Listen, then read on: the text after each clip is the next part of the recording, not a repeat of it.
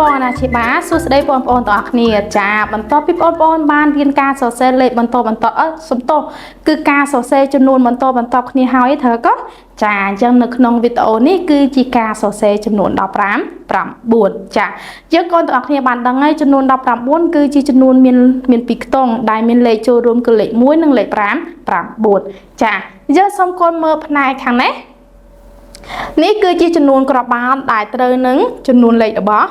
យើងអញ្ចឹងអ្នកគ្រូកំពុងតែចង្អុលនេះគឺក្របបាល់ដែលមានសុំព័ទ្ធជំវិញគឺមានចំនួន10រីឯក្រហមនេះគឺមានម៉ែនកូនចាគឺមាន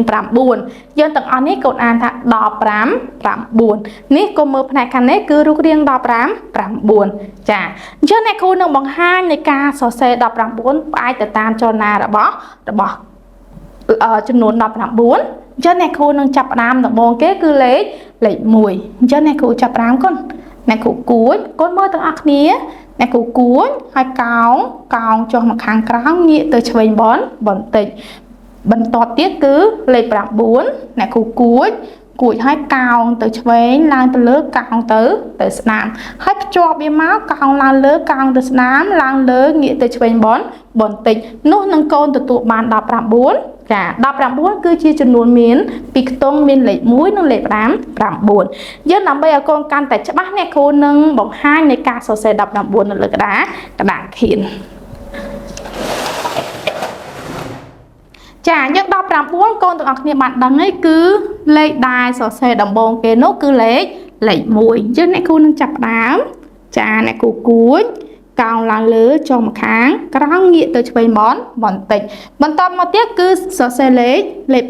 9គួចកូនកោងងាកស្ដាំកោងហើយងាកទៅស្ដាំទៀតឡើងលើកូនងាកមកឆ្វេងបន្តិចចាម្ដងទៀតកូនចូលរួមទាំងអស់គ្នាដំបូងកូនសរសេរលេខ1ចាអ្នកគ្រូសរសេរលេខ1ចាបន្តមកទៀតកូនសរសេរលេខ9នេះគឺជាលេខ5 9ឡើងទៅលើចានេះកូននឹងទទួលបាន15 9